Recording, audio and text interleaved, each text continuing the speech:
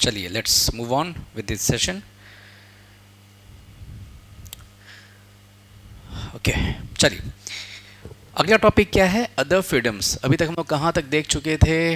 ये था आपका, हाँ जी, प्रिवेंटिव डिटेंशन हम लोग देख चुके हैं। ठीक है, now we are moving to other freedoms जो कि एनसीईआरटी आपसे डील कर रहा है। देखिए इसमें क्या है कि एनसीईआरटी कहता है कि भाई और भी कुछ तरह के फ्रीडम्स दिए गए हैं संविधान में।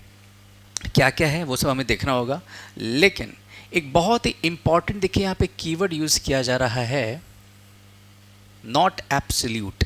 इसका पहले मतलब समझिए आप।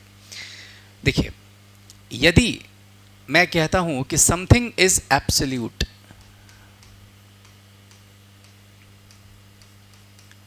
समथिंग इज एब्सोल्यूट, इसका मतलब क्या होता है? इसका मतलब ये होता है, इसका मतलब देखिए यही होता है कि उस चीज़ पे कोई लगाम नहीं है, मतलब देयर इज़ नो रेस्ट्रिक्शन।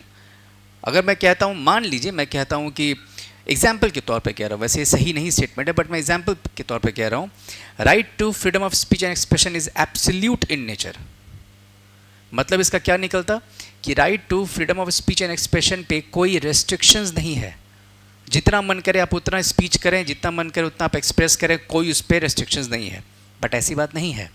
मैंने कल ही समझाया था कि right to freedom of speech and expression पे कुछ रेस्ट्रिक्शंस होता है। तो क्योंकि कुछ रेस्ट्रिक्शंस है स्पीच एंड एक्सप्रेशन पे, तो आप कहते हैं कि जो स्पीच एंड एक्सप्रेशन का जो फंडामेंटल राइट है दैट इज नॉट एब्सोल्यूट, क्योंकि उस पर कुछ रेस्ट्रिक्शंस है। तो anything that has got some restrictions, कुछ लगाम है, आप कहते हैं कि it is not absolute in nature. वैसे हम लोग एक और शब्द का इस्तेमाल करेंगे फाउंडेशन कोर्सेज में, which is called qualified. Qualified, qualified शब्द का मतलब ही होता है something which is not absolute. Absolute का मतलब क्या है? एज इट इज़, कोई उसमें रेस्ट्रिक्शंस नहीं होगा। लेकिन क्वालिफाइड का मतलब क्या है? कुछ ना कुछ रेस्ट्रिक्शंस भी होगा। तो something which is not absolute it is called qualified. ठीक है, तो वही देखिए यहाँ पे कहा जा रहा है कि कुछ फ्रीडम्स दिए गए हैं, राइट टू फ्रीडम कुछ दिए गए हैं। ठीक है, और इसमें क्या है कि ये एब्सोल्यूट नहीं है ना, दिस इज़ नॉट एब्सोल्यूट। मतलब आप कह सकते हैं कि जो फ्रीडम है वो आपके क्या है, जस्ट अ मोमेंट, वो क्या है, वो आपके क्वालिफाइड है। मतलब there are certain restrictions that are imposed on these freedoms. ठीक है, देखिए यहाँ पे लिखा भी गया है, रेस्ट्रिक्शंस इम्पोज किया जाता है फ्रीडम पे बाय गवर्नमेंट। यानी कि ये जो रेस्ट्रिक्शंस है वो कौन लगा रहा है? ये सरकार लगा रही है। ठीक है, आइए आगे बढ़ते हैं। तो देखिए जैसे यहाँ पे एग्जाम्पल के रूप में दिया जा रहा है कि freedom of speech and expression, ये एक फ्रीडम है और राइट भी है। यानी राइट टू फ्रीडम है स्पीच एंड एक्सप्रेशन, लेकिन this is not absolute, this is qualified. मतलब it comes with certain restrictions. लिखा गया यहाँ पे restrictions. Right to freedom of speech and expression पे कौन कौन से रेस्ट्रिक्शंस लगाए जाते हैं? पहला है पब्लिक ऑर्डर।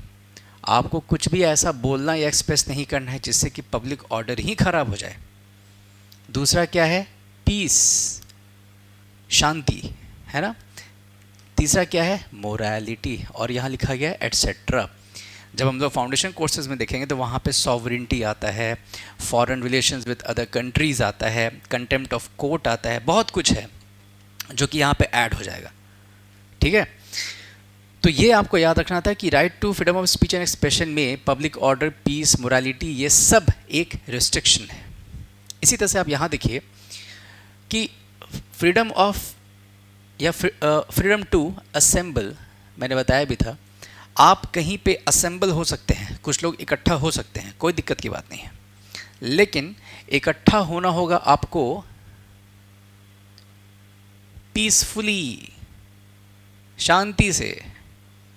यानी आपके हाथ में हथियार नहीं होना चाहिए। शांति से आइए, शांति से एक जगह पे आप इकट्ठा हो जाएं और अपनी बातों को रखें। यदि आपको लगता है कि आप प्रोटेस्ट करना चाहते हैं सरकार के किसी एक्शन पे, वो भी कीजिए, but do not carry arms when you are assembling somewhere. Right sir? Good sir.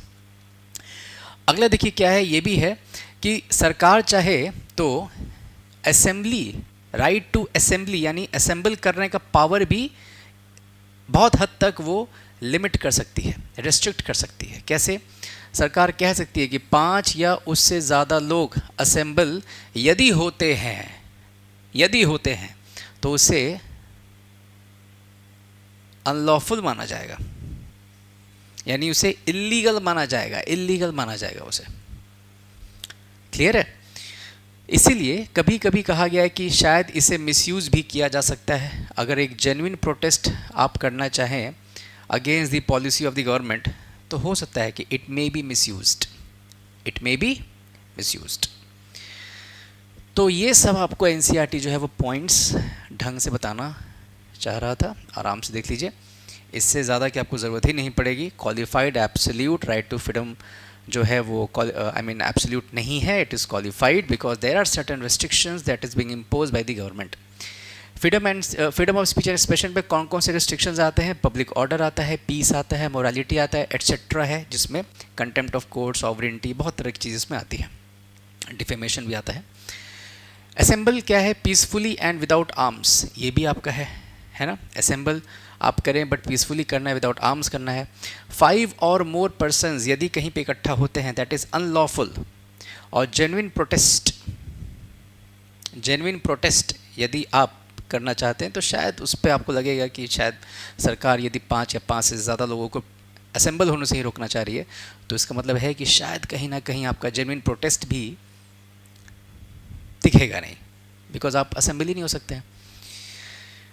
ठीक है, चलिए, तो ये आपका था फ्रीडम पे। अब हम लोग अगले टॉपिक की तरफ बढ़ेंगे, बट क्योंकि मैंने बताया जैसा कि सेशन 10-10 मिनट का ही होगा, मतलब ऑनलाइन के लिए मैक्सिमम कैप 10 मिनट्स का ही है, बिकॉज इसे फिर ब्रेक करने में बहुत दिक्कत होती है। ठीक है, तो मैं बस स्टॉप करके I just come again. Okay, thank you.